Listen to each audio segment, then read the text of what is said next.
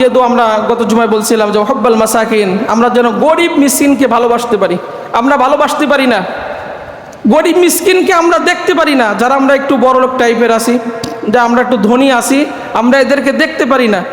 নবীজি মুহাম্মদ রাসূলুল্লাহ সাল্লাল্লাহু আলাইহি সাল্লাম সারা জীবন দোয়া করতেন, সবসময় দোয়া করতেন, আল্লাহুম্মা আহিনি মিসকিনা ওয়া আমিতনি মিসকিনা ওয়াহশুরনি ফি জুমরাতিল মাসাকিন। আল্লাহ, আপনি আমাকে গরিব অবস্থায় বাঁচায় রাখেন, গরিবদের সাথে আপনি আমাকে মৃত্যু দেন এবং গরিবদের কাতারে দাঁড় করাইয়া আল্লাহ রাব্বুল আলামিন আপনি আমাকে জান্নাত দিয়েন, হাসর করাই দিয়েন, হাসরের ময়দানে গরিবদের সাথে আপনি আমাকে উঠাই দিয়েন।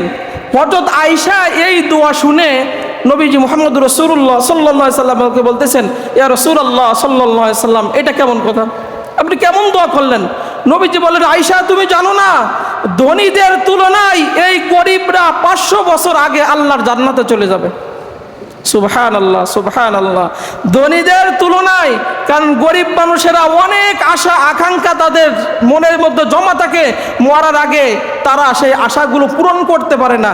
এই যে তাদের যে দুনিয়াতে কষ্ট হয়েছে, এই কষ্টে যদি তারা মুমিন মুসলমান হয়, আল্লাহ রাব্বুল আলামিন বলেন এই ধনীদের ধনীরা তো জান্নাতে যাবে, কিন্তু এদের 500 বছর আগে আল্লাহ রাব্বুল আলামিন এদেরকে জান্নাতে দেবেন।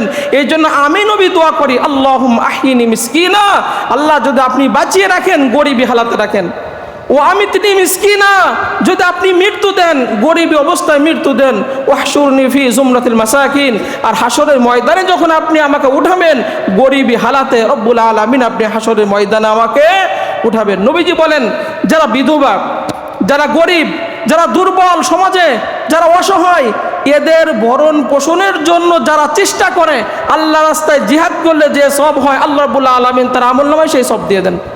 সারা রাত দাঁড়িয়ে দাঁড়িয়ে নামাজ পড়লে যে সওয়াব হয়, আল্লাহ রাব্বুল আলামিন সেই সব তার আমলনামায় দিয়ে দেন। সারাদিন রোজা রাখলে যে সওয়াব হয়, আল্লাহ রাব্বুল আলামিন তার আমলনামায় সেই সবগুলো দিয়ে দেন।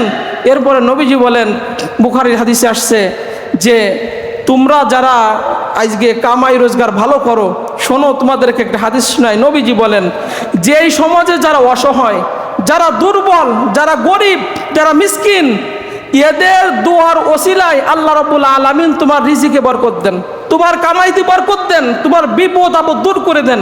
আপনার কাছে একজন গরিব মানুষ কাপড় চাইছে, আপনি কাপড় দিলেন, আপনার জন্য ওই ব্যক্তি দোয়া করলো, ওই দোয়ার কারণে আল্লাহ আপনার রিজিকে বরকত দেন, আপনার বিপদ আপদ দূর করে দেন, আপনার পরিবারে আল্লাহ শান্তি সুখ শান্তি ফিরিয়ে দেন, আপনার কামাইতে আল্লাহ বরকত দেন।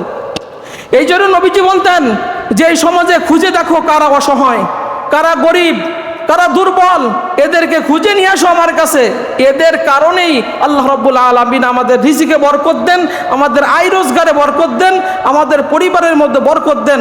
আল্লাহ রাব্বুল আলামিন আমাদের বিপদ আপদ দূর করে দেন। এই জন্য আমরা তাদেরকে যেন আমরা তুচ্ছ তাচ্ছিল্য না করি, তাহলে আমরা এই সব থেকে বঞ্চিত হয়ে যাব। 4